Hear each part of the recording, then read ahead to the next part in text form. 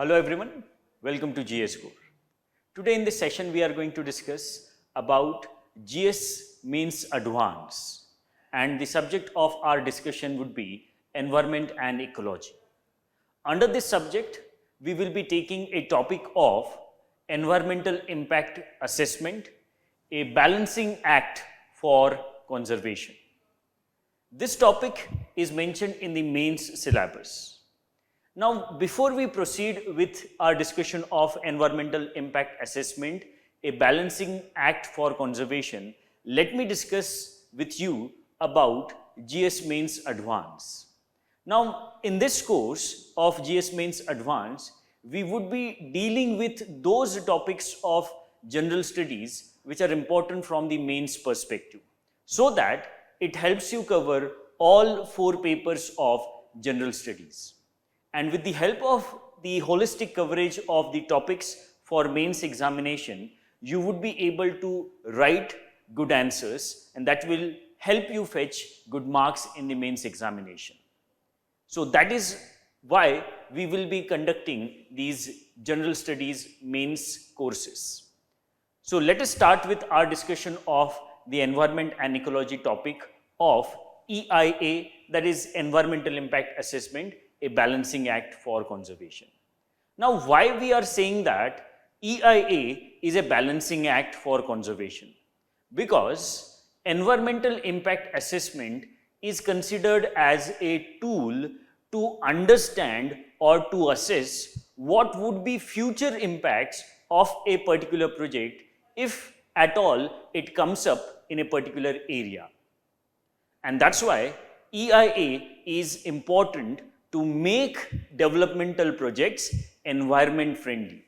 We will be able to make sure that the year-long or the age-old conflict between environment and development is reconciled, and a tool to reconcile that dilemma between development and environment is EIA.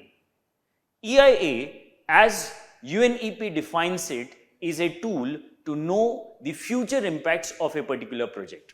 Now, if we know future impacts of a particular project before its initiation, we would be able to make that project environment friendly.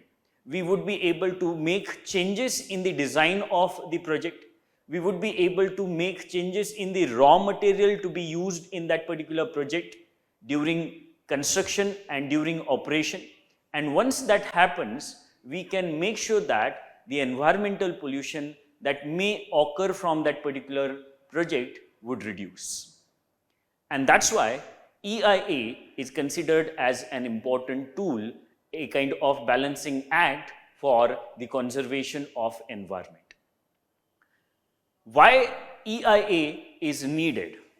First of all, it is important to understand the development that we have carried out before the initiation of this process of EIA was not environment friendly. We carried out economic progress, but at the cost of environment. We developed various industries, but that led to production of waste material that in turn led to land degradation. Industries further led to environmental pollution as well, be it air pollution or water pollution. Also, when we expanded various projects, be it agricultural projects or industrial projects, that also led to deforestation, and that was an impact on the habitat of various wildlife, as well as that led to wiping out of various plant species. And hence we can say that the developmental initiatives occurred before the initiation of EIA process were not environment friendly, and that led to a huge cost in the environment. And as a result of that, we felt a need of a tool to balance environmental conservation as well as development, and that tool is in the form of EIA. So when exactly the EIA process started? It started in 1969 in the state of USA. In USA, it started in 1969, and after its introduction in USA, it was adopted by various developed countries. But in India, it started in 1976-77 for various river valley projects.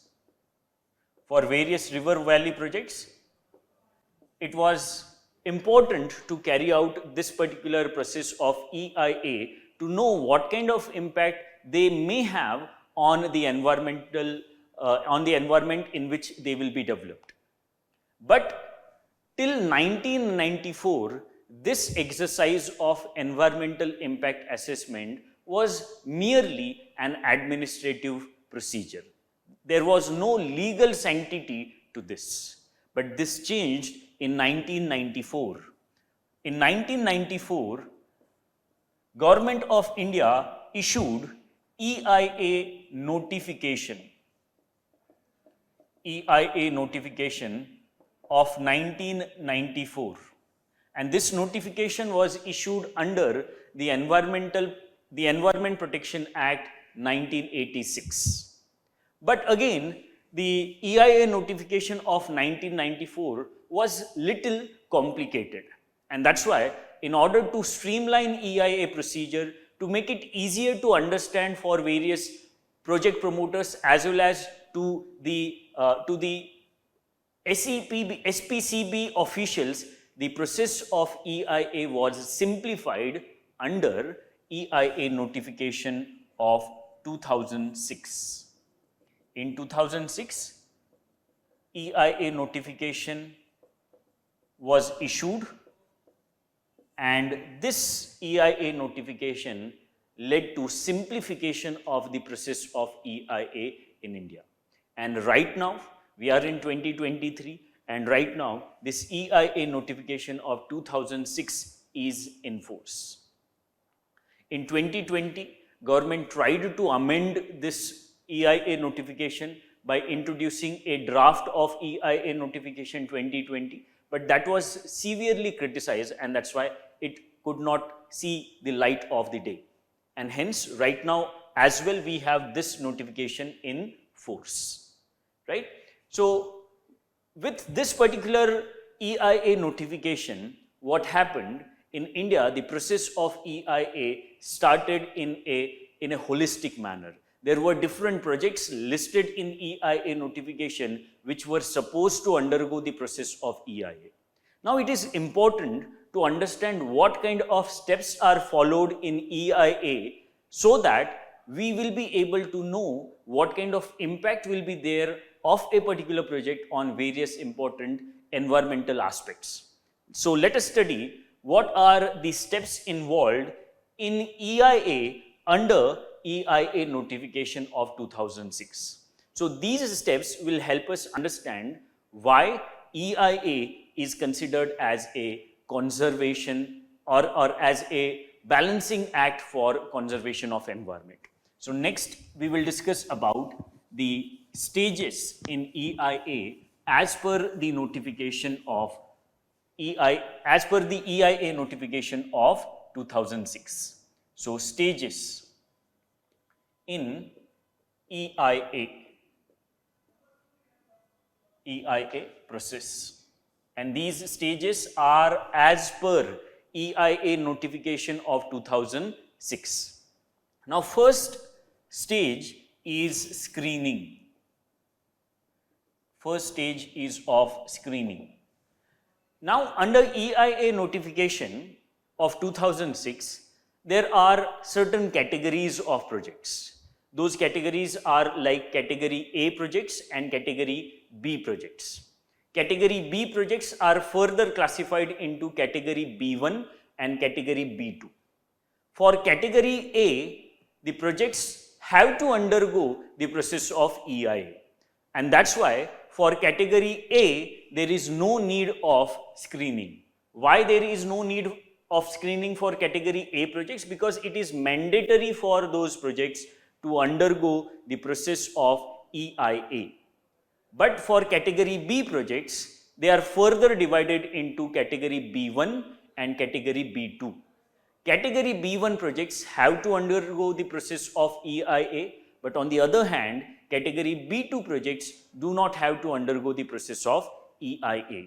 And that's why this particular stage of screening is only applicable to category B projects. Under screening, we will decide which projects under category B would be considered as projects of category B1 and which would be considered as projects of category B2.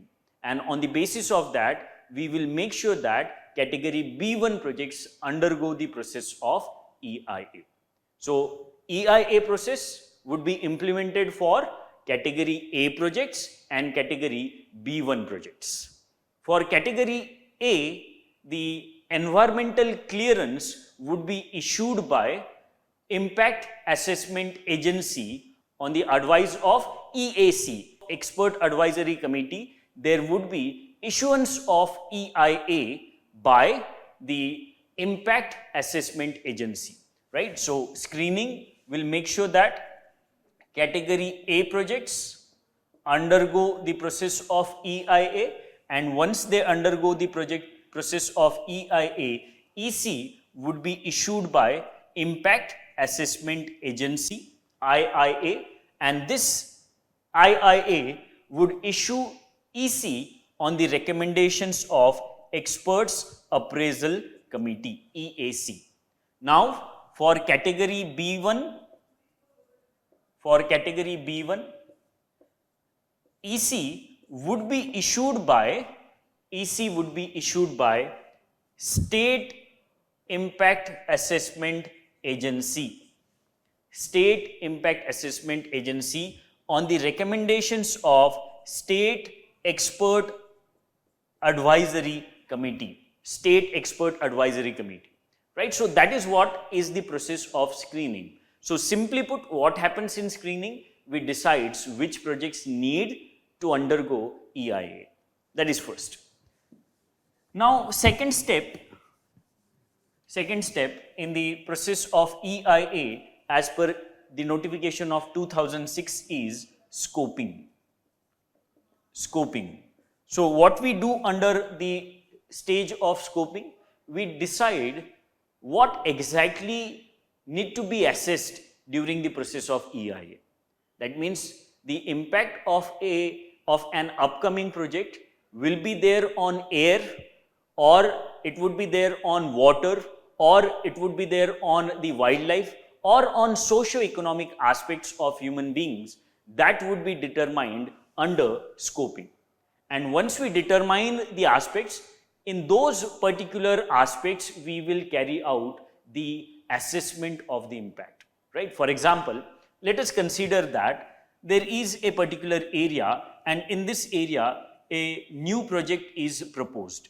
This is particular area, and a new project is proposed in this particular area. This project will come up in future in this particular area. Now, this new project does not emit any water, does not release any wastewater.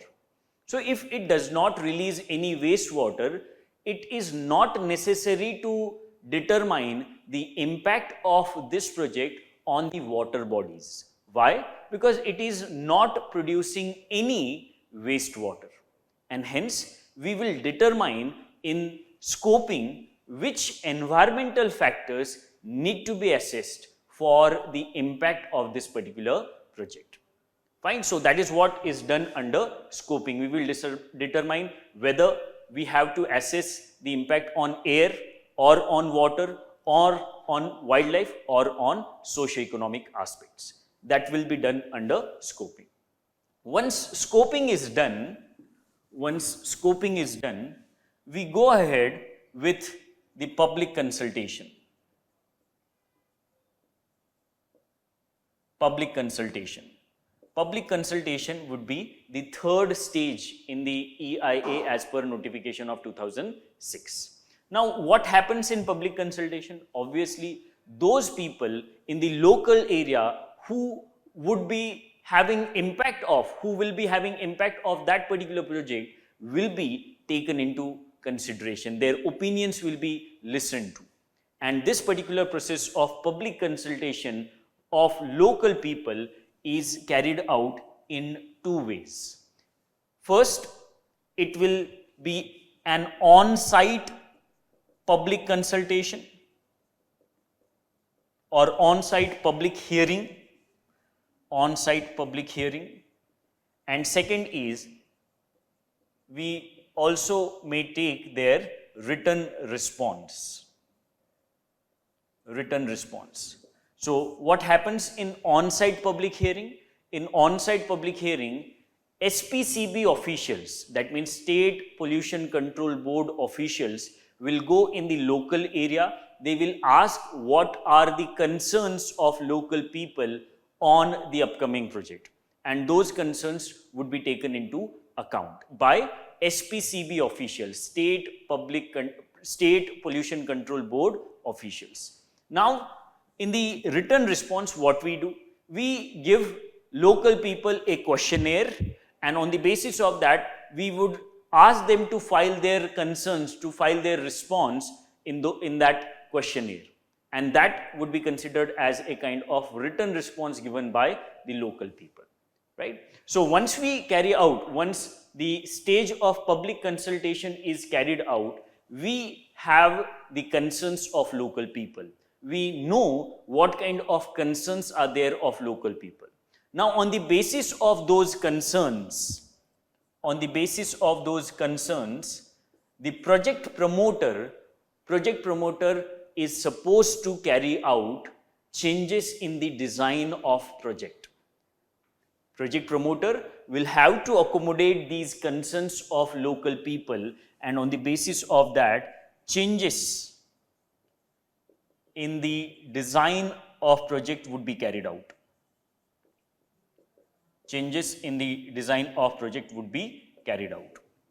Once changes in the design of project would be carried out, the project promoter will come up with a final EIA report. Promoter will come up with a final EIA report. Now, with this stage of public consultation would complete. Now, in the fourth stage, what happens? In the fourth stage, there would be appraisal.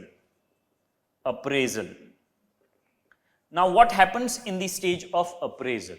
In the stage of appraisal, this final EIA report would be submitted to the respective authorities. If it is a category A project, it would be submitted to Expert Advisory Committee, EAC. If it is a category B1 project, it would be submitted to SEAC, State Expert Advisory Committee, right? So that will happen in the appraisal stage. Now, as the report is submitted to EAC or SEAC, what they will do? They will ponder on the report, they will go through the report, and based on their observations, they may recommend approval of EC or they will deny EC. EC means environmental clearance. So on the basis of EAC or SEAC advice, EC would be issued. EC stands for environmental clearance, and this EC would be issued either by Impact Assessment Agency or by State Impact Assessment Agency, right? So that depends on whether the project is category A project or category B1 project. So with this, the project promoter will get EC or will be denied EC. That depends on the report, and that depends on the advice given by Expert Advisory Committee or State Expert Advisory Committee. So with this, the process of EIA would be completed. Now, once it is issued, once the environmental clearance is issued, that remains valid for different time periods for different projects. And once EC is issued, the project promoter has to file a compliance report after every 6 months. And that's why we can say that with environmental impact assessment process, we would be able to make sure that the projects that are coming up in different areas are environment friendly. Why that happens? That happens primarily in the stage of scoping and public consultation. During scoping, we decide which environmental factors we need to assess with respect to an upcoming project. Also, in the stage of public consultation, we are taking into account the opinion of local people. And on the basis of that, we would make sure that the project becomes environment friendly. If it becomes environment friendly, what would be the advantages? So there are certain important advantages of EIA process, and that we will study now. So next point that we will discuss is about the advantages.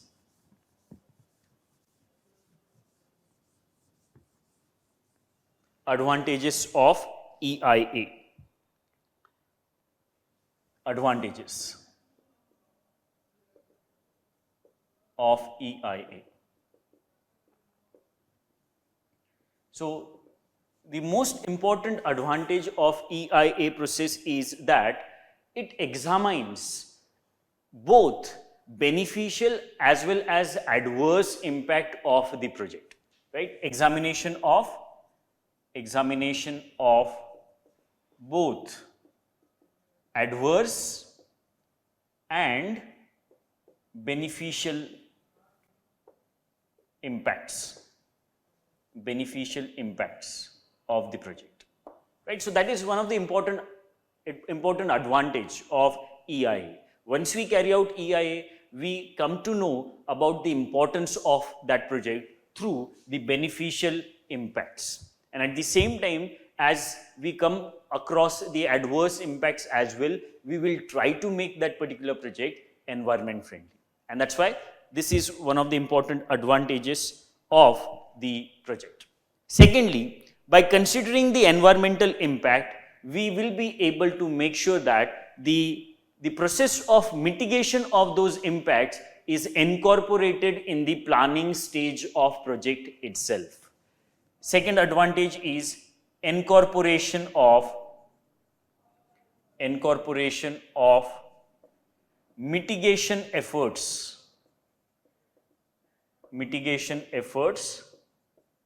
during the planning of project itself. So if we are able to incorporate these mitigation efforts during the planning, it is extremely beneficial. Why it is extremely beneficial? Because if you can imagine, if a project has started already in a particular area and then we are able to understand its adverse impact, it would be difficult for us to close that particular project because already huge investment must have incurred to start that project. And that's why when we know about the adverse impacts and when we know about the mitigation efforts needed during the planning stage itself, we can make that project environment friendly. So that is also one of the important advantages. Next, third important advantage is obviously of optimum utilization of resources. Optimum utilization of resources. So when we know about a particular project is coming up in a particular area, we make sure that that project utilizes the resources from that local area in an optimum manner, in an efficient manner. And that we will be able to do on the basis of EIA report. Next, it also saves, EIA process saves time and cost of the project promoters and officials as well. Saves time and cost of project promoters and officials. How that happens? This happens because we know that project has certain impacts on environment before its initiation, and those impacts we will try to reduce during the design of that project. and hence we make sure that the project which is established, which would be established in future, that project is environment friendly. So it will save lots of cost and also time of the officials as well as project promoters, because after completion of the project, if we know that project is harmful, it will take lots of investment as well as time to modify or change the project. And that's why we can say that EIA saves time as well as cost. And the last and the most important advantage of EIA is it improves acceptability of project. Acceptability of project amongst local people. Amongst local people, right? And why this happens? Because local people are involved in the process of EIA. We have discussed about the third stage of public consultation. In public consultation, we are taking into account opinion of local people itself. And as a result of that, project becomes more acceptable to the local people. It lessens the conflict which may occur between the project promoters and local people. And that's why EIA process is important. With all these important advantages, we can say that the project will become environment friendly. The project will become environment friendly. If it becomes environment friendly, we will be able to reduce pollution. Reduction in pollution. Reduction in pollution. Be it air pollution, water pollution, all different types of pollutions we would be able to reduce. It also reduces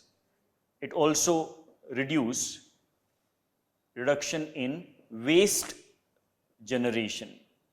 So if there is reduction in the waste generation, there is we will be able to even protect land, water around that area, and thus there will not be any land degradation. Also, there will be lesser impact on biodiversity. Lesser impact on biodiversity. That means hardly there will be any displacement of animal species. Hardly there will be any cutting down of trees if we have carried out EIA in a proper manner, right? And with all these advantages, what we are doing, we are trying, or we are making sure that there is conservation. There is conservation of biodiversity, there is conservation of environment. And that's why EIA is considered as a balancing act for conservation. On the basis of EIA, we can make sure that the impact of human beings on environment is reduced. We need development. Development is important to uplift people and reduce poverty in many developing countries, including India. And that's why we have to make sure that the development that we carry out today is environment friendly. If that development is environment friendly, we will be able to ensure conservation of biodiversity, conservation of nature.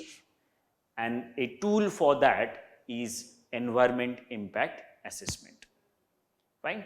But it is also important to highlight the concerns related to EIA.